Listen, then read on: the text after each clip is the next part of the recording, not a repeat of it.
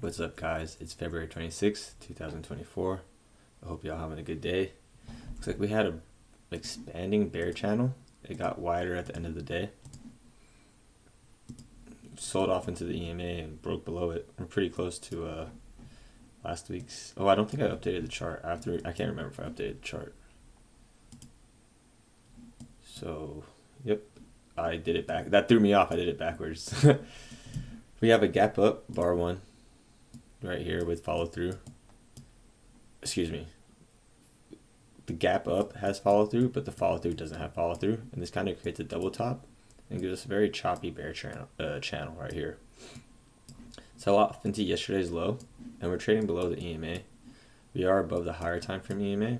The first 6 bars of the day are more bearish. We have 2 bull bars that have no follow through, and this bull bar kind of looks like a pullback after this deep leg here. They also get 3 pushes, so the bulls get 3 pushes. 1, 2, and it fails right here. 3, that's a wedge top, and it sells. A lot of resistance at the EMA. We can see the market's wicking through the EMA right here, and then they sell for a few legs lower into yesterday's low. Market goes range bound. The market is range bound. There's a lot of overlap. This is a bad downtrend. However, the market goes overlap, and the earlier morning low is starting to act as resistance towards midday. We have a double top and a double bottom. When we have that, it's better to wait for 2 bar follow through. That's actually what we got right here. It would have to go for a scalp because you're shorting into support, but you could make about 10 points. If you look at the bulls, there's no follow through at the highs. There's 2 bar follow through here, and if you get short with a stop here, you'd still catch this. And if you were to get short here, I don't think it's a bad trade because we've been trading under the market. Oh, I thought my mic was off. So we've been trading under the market all morning, and it's a double top in a bearish environment. Our time frame is bullish, but the bulls are losing the EMA. We have a lower high, and it sells off, and then we go back into a range. So we were selling off, but it was way more rangy. Here's another range. You could scalp into the EMA and then short out of it. I do think today was a little bit hard. I had a red day. I got caught. I went short here, and I got out here, and I took a little break, and then I bought this bar thinking this was a double bottom, and yeah, I got trapped. Here we go. Let me draw this out real quick. So here is an expanding bear channel. Brook says that we should worry about staying with the trend. It's kind of hard to tell what the trend is. I was having a hard time because it looked like the market was always reversing. The reason I zoomed out is because this kind of looks like a bull flag. Here, pull back. Remember I said all bull channels have a bearish breakout? Here's that bearish breakout. The market, what the higher time from EMA was support, but we kind of lost it. However, we're still trading above this gap up. So it'll be interesting to see what happens overnight. Maybe they lose it. Maybe it becomes a double bottom and we go range bound. Where was I at? So yeah, it's a bear channel. Talk about the leg 1, leg 2 moves. First 6 bars of the day are more bearish with 2 bull bars. One of the bull bars look like a pullback. Here's one that was met. Bulls had a 2-legged move here. This is a complex 2-legged move. I don't think it's a good trade for us. If you're a beginner, if you're a professional, you do as you please. You can see bulls got that to the tick.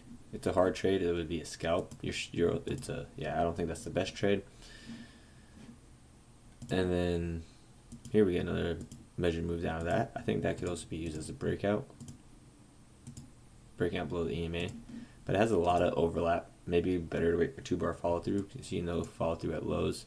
2 bars sells. This kind of looks like a reversal wedge bottom. However, it breaks out to the downside.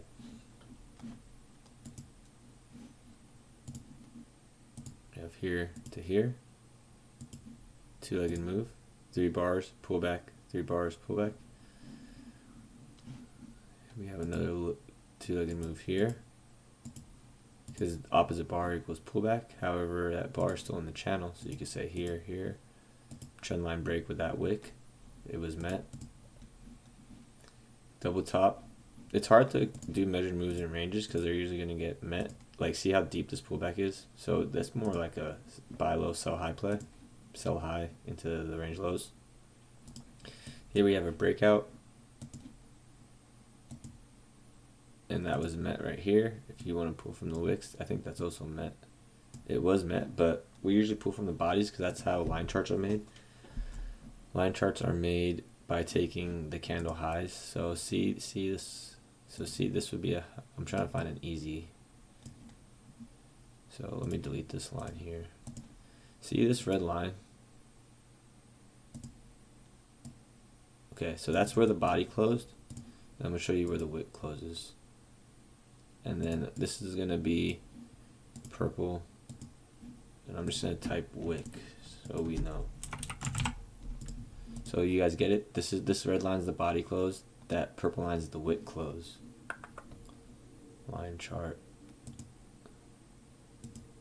See the red line? The line charts only read the body closes, and institutions trade line charts, so they're only seeing body close. But as day traders, the wick gives us information. That's what gives us our better entries. Not necessarily like the wicks alone, but I'm just saying the wick is a piece of information that institutions don't care for, maybe, or I don't know. But I just mean it's like a little bit extra information. But when it comes to measured moves, I'm pulling from bodies for this reason right here. And what I mean by extra information, let me leave that back up. Oh wait,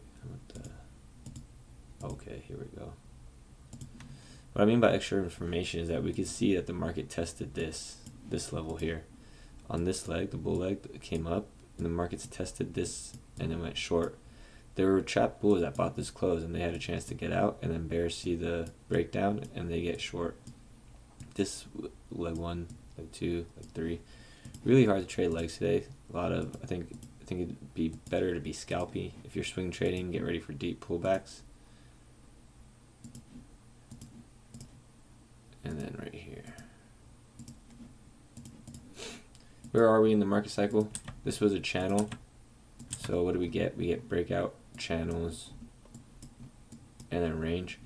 Also, a reversal can be a breakout. So you might be saying, oh, where's the bearish breakout? There's the bearish breakout on a different time frame. The bull's gapped up.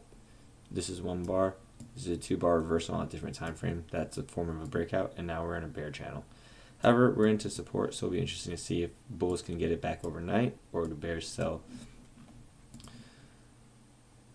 Higher time frame EMAs. Here we are. This looks nasty for the bears. For the bulls. Really big bar, late in a bull channel. We've already had 3 touches of the EMA, multiple pushes up. We're at the high, bad follow through, and now the follow through is getting bad follow through. See on the 45-minute chart, bears put a gap bar in. The last couple of times they've had gap bars, we've sold off. Not here, but that was in February. That was the beginning of the month. Here we got gap bar sold, gap bar sold. So bears are starting to pick up strength. It'll be interesting to see what happens. Hope you guys are studying price action. I study price action from the Al Brooks method. I've been trading for about 2.5 years. I've been studying Al Brooks for about 1 year. This August will make 3 years total, so that's the math how long I've been trading. I'm just saying that because there's a lot of new followers and people are asking me the questions, where am I getting my experience from? So that's where I'm getting my experience from. When it comes to trading live, I'm trading live-ish and on funded. It's live-ish because I'm trading. What am I trading? I'm trading prop firm accounts, so I have to pass the test, and then I get really close to the payout, and then I blow them up. So I'm passing them quite frequently, and most of the trades I'm posting are live, but I'm not collecting that payout yet because I have catastrophic losses. I just posted one a little bit ago, so I'm trying to keep up with the shorts, but I trade more than I post, so it's hard to keep up on the timeline. Thank you for always watching, hitting the subscribe button, and dropping comments. I really appreciate it. I will talk to you guys tomorrow. I hope you guys had a good day. Have a good one. Use your stop loss. Thank you again, guys. Bye.